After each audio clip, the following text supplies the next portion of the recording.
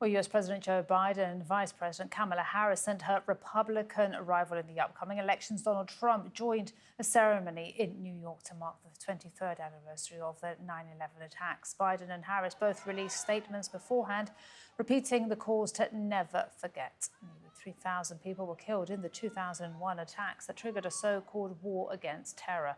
Millions were killed and displaced in America's war in the following years. Well, Mark Fallon is a former official with the US Defense Department and the Naval Criminal Investigative Service. He has more on the US's relations with terrorism throughout the past and present US administrations.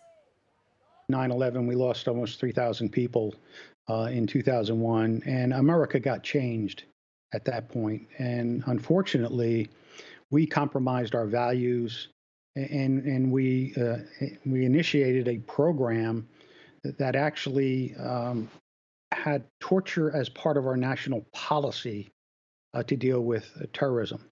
And that's kind of what we're stuck with today.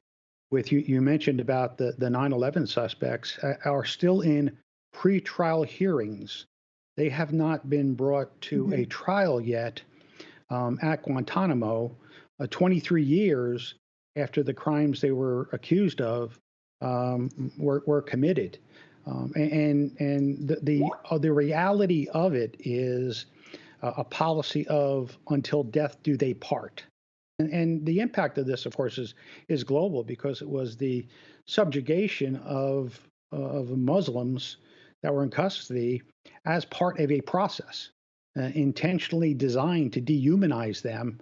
And we lose standing in the world when we're looking at Israel and Gaza and the Russians and things going on with the Ukraine war, where we're saying you have to observe the rule of law, when they can point back to us and show that we did not when we were under attack, when we felt threatened, when we were afraid. So the impact continues 23 years later because we changed our stance and gave up human rights and the rule of law with the notion that it would protect our national security. And we're in this condition now where we remain with 30 people at Guantanamo.